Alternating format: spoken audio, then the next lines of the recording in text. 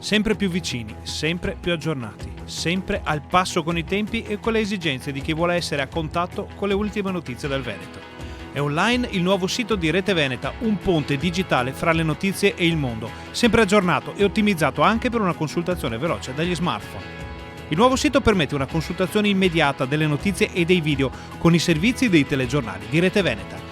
Questa dinamica è resa possibile da un nuovissimo motore di ricerca delle parole e dei temi su cui si basano le news del sito.